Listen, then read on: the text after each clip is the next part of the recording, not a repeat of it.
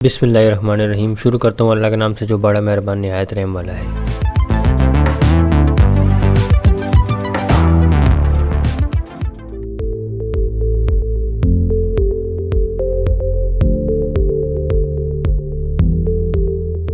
अस्सलाम वालेकुम फ्रेंड्स, कैसे हैं आप सब फ्रेंड्स। उम्मीद करता हूं कि आप सब खैरियत से होंगे। फ्रेंड्स, आप देख रहे हैं इन्फोपीक और मैं हूं Ahmed Ali Arai. My dear friends, कुछ दोस्तों की शिकायत है कि फ्लडेड बैटरी की सेटिंग हम इन्वर्टर पर किस तरह करें और आप फ्लडेड बैटरी की सेटिंग के बारे में क्यों नहीं बताते। तो फ्रेंड्स, आज आपकी शिकायत दूर करने के लिए ये वीडियो जो कि मैं लाया हूँ, इसमें आपको 2.5 किलोवाट के सिस्टम की इंस्टॉलेशन का तरीका भी बताऊंगा और फ्लडेड बैटरी के साथ इन्वर्टर की सेटिंग भी बताऊंगा। तो आप दोस्तों से गुजारिश है कि आप वीडियो एंड तक लाजमी देखिएगा और चैनल को सब्सक्राइब लाजमी कर दिएगा ताकि इससे मेरी हौसला अफजाई हो सके और मुझे मेरी मेहनत का फल मिल सके। तो फ्रेंड्स, यहाँ पर मैंने 2.5 किलोवाट के सिस्टम की इंस्टॉलेशन के लिए 4 सोलर प्लेट्स जो कि डबल ग्लासेस और डबल साइडेड का इस्तेमाल किया है। तो फ्रेंड्स, ये जो डबल साइडेड सोलर पैनल्स होते हैं, इनकी खूबी के बारे में अगर मैं आपको बताऊं तो ये दोनों साइड से वर्क करती हैं, यानी कि ऊपर से सूरज की तपिश से वर्क करती हैं और बैक साइड से ज़मीन की गर्माइश से भी ये वर्क करती हैं।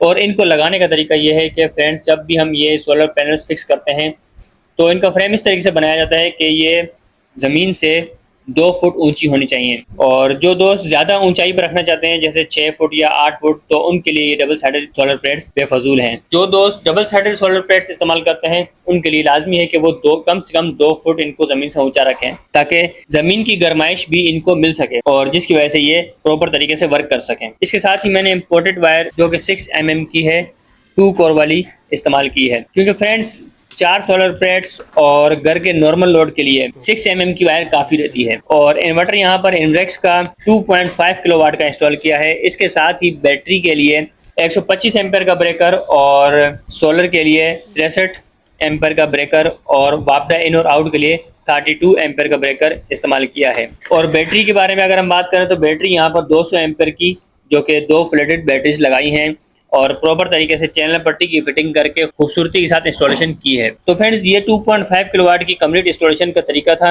अब बात करते हैं कि इन्वर्टर की सेटिंग हम किस तरीके से करेंगे। तो सेटिंग स्टार्ट करने से पहले मैं आपको ये बताता चलूँ कि यहाँ पर मैं आपको कुछ इम्पोर्टेड सेटिंग्स जो कि इन्वर्टर की है मैं आपको बताऊंगा, क्योंकि फ्रेंड्स इन्वेक्स के 2.5 किलोवाट के इन्वर्टर की तफसीली वीडियो जो कि मैं ऑलरेडी बना चुका हूँ और मैं इसका लिंक जो है डिस्क्रिप्शन में दे देता हूँ।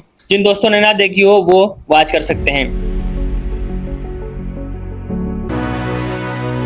तो फ्रेंड्स, इन्वर्टर की सेटिंग स्टार्ट करते हैं। तो फ्रेंड्स, यहाँ पर सबसे फर्स्ट नंबर पर SBU रखा है, यानी कि पहले सोलर, उसके बाद बैटरी और उसके बाद वापटा। और 2 नंबर पर इसके जो कि सोलर के चार्जिंग के एम्पेयर का होता है, तो 2 नंबर पर सोलर के जो चार्जिंग एम्पेयर है वो 20 एम्पेयर रखे हैं, क्योंकि फ्रेंड्स ये फ्लडेड बैटरीज हैं, यानी कि पानी वाली बैटरीज हैं। तो यहाँ पर अगर हम 20 एम्पेयर से ज़्यादा रखेंगे तो ये ज़्यादा चार्ज होंगी, जिसकी वजह से जो है ना ये ओवर चार्ज हो सकती हैं और बैटरी बहुत जल्द खराब हो सकती है। 3 नंबर पर यहाँ पर मैंने UPS पर रखा है, ताकि अगर ये अपने टेलीविज़न या अगर कंप्यूटर वगैरह चलाते हैं तो वो इनकी जो डिवाइसेज हैं वो रीस्टार्ट ना हो। और 5 नंबर की सेटिंग में फ्रेंड्स यहाँ पर मैंने USE पर रखा है, यानी कि यूज़र डिफाइन पर रखा है, ताकि इसकी बैटरी की सेटिंग में आसानी तरीके से कर सकूँ। तो जिन दोस्तों को बैटरी की सेटिंग के बारे में अगर इल्म नहीं होता और जिन दोस्तों ने बैटरी की सेटिंग ना करनी हो, ऑटोमेटिक पर रखना हो, तो जो बैटरीज होती हैं, यानी कि अगर फ्लडेड बैटरी है तो आप FLD पर रखेंगे और अगर आपके पास ट्यूबवेल बैटरी है तो आप TLB पर रखेंगे। और इसी तरह अगर आपके पास ड्राई बैटरी है तो आप इसकी सेटिंग AGN पर रखेंगे। और जो दोस्त यूज़र डिफाइन पर रखते हैं, यानी कि वो बैटरी की सेटिंग अगर करना चाहते हैं तो वो यूज़र डिफाइन यानी कि USE पर रखेंगे। इस तरीके से फ्रेंड्स जो 6 नंबर और 7 नंबर की सेटिंग है, फ्रेंड्स इसके टेम्परेचर की और लोड की सेटिंग होती है, जो कि इसको डिसेबल रखना होता है हमें, ताकि ये ऑटो रीस्टार्ट ना हो। अगर ये हैवी लोड या हैवी टेम्परेचर की वजह से अगर ऑटो रीस्टार्ट होगा तो ये इन्वर्टर जो है जल सकता है, इसीलिए ये ऑटो रीस्टार्ट ना हो, इसलिए हम यहाँ पर 6 नंबर की और 7 नंबर की सेटिंग जो है डिसेबल रखते हैं, यानी कि LTD और TDD रखते हैं। 9 नंबर की सेटिंग जो कि 50 हर्ट्ज पर रखी है और 10 नंबर की सेटिंग जो कि ज़्यादा से ज़्यादा हम 230 वोल्ट पर रखते हैं। 11 नंबर की सेटिंग जो कि वापडा से बैटरी को चार्जिंग के एम्पेयर की सेटिंग होती है, तो यहाँ पर मैंने 20 एम्पेयर रखे हैं, ताकि ये वापडा से आने वाले नॉर्मल एम्पेयर से चार्ज हो, ताकि हमारी बैटरी ओवर चार्ज ना हो। 12 नंबर की सेटिंग जो कि बैटरी के बैकअप की सेटिंग होती है। तो फ्रेंड्स, यहाँ पर लोड शेडिंग बहुत ज़्यादा होती है, तो यहाँ पर इनको 24/0 पर सेटिंग रख कर दी है, ताकि कम से कम अगर लोड शेडिंग 3 घंटे भी होती है तो 3 घंटे का जो ड्यूरेशन है इनको इस दरमियान इनको बैकअप मिल सके। 13 नंबर की सेटिंग जो कि सोलर को जल्दी ऑन करने की सेटिंग होती है, तो यहाँ पर फ्रेंड्स 27/0 पर रखा है मैंने, ताकि सुबह यानी कि जैसे ही सोलर ऑन होता है तो ज़्यादा से ज़्यादा 6 या 7 बजे तक इनका जो लोड है वो सारा वापडा से सोलर पर ट्रांसफर हो जाए, ताकि इस तरीके से जो है इनके बिल में कमी बेशी हो सके। 16 नंबर की सेटिंग जो कि फ्रेंड्स यहाँ पर हमसे पूछा होता है कि हमने अपनी बैटरी को किससे चार्ज करवाना है, सिर्फ सोलर से चार्ज करवाना है या फिर पहले सोलर और बाद में वापडा, या फिर सोलर और वापडा दोनों को मिलाकर, यानी कि सोलर और वापडा एट अ टाइम बैटरी को चार्ज करें। तो फ्रेंड्स यहाँ पर जो सबसे बेहतर सेटिंग होती है वो OSO होती है, यानी कि सोलर पर ही चार्ज करने की होती है, ताकि हमारा बिल जो है कम आ सके। तो यहाँ पर मैंने सेटिंग OSO पर रखी है, यानी कि सिर्फ सोलर से ही हमारी बैटरियां चार्ज हो। 18 नंबर की सेटिंग जो कि बीप की होती है, बीप को ऑन रखना होता है, यहाँ पर ऑन रखा है। 19 नंबर की सेटिंग जो कि ESP पर रखा है, यानी कि अगर हम स्क्रीन पर काम करते करते अगर हम छोड़ देते हैं स्क्रीन को ऐसे ही, तो ये ऑटोमेटिक जो है मेन स्क्रीन पर आ जाए। 20 नंबर की सेटिंग जो कि लाइट की होती है, इन्वर्टर की लाइट की, तो इन्वर्टर की लाइट को हमने ऑन रखना होता है, यहाँ पर LON रखा है। 22 नंबर की सेटिंग जो कि अलार्म की सेटिंग है ये भी, तो यहाँ पर हमने AON रखा है, यानी कि अलार्म को ऑन रखा है।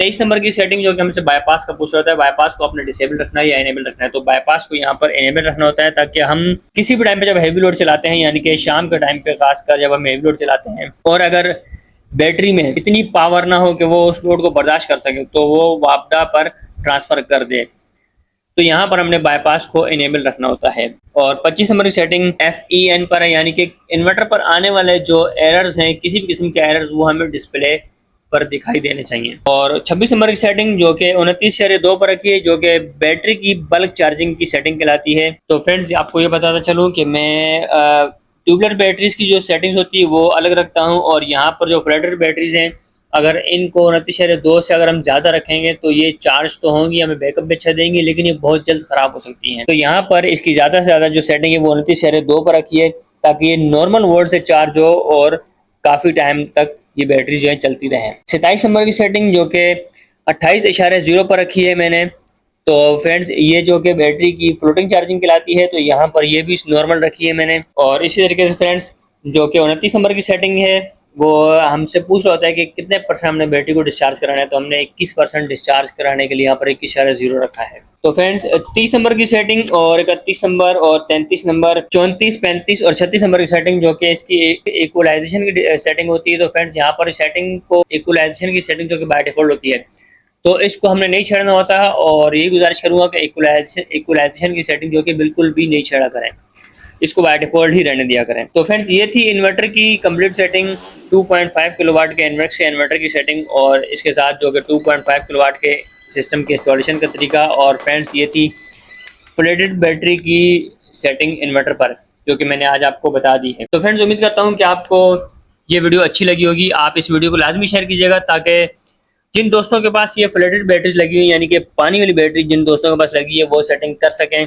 और अपने घर का जो लोड है उसे मैनेज कर चला सकें और अपनी परेशानी से बाहर निकल सकें। तो इंशाल्लाह फिर किसी अच्छी वीडियो के साथ मैं आपकी खिदमत में हाजिर होऊंगा। जब तक के लिए मैं आपसे इजाज़त चाहता हूँ। अल्लाह हाफिज़।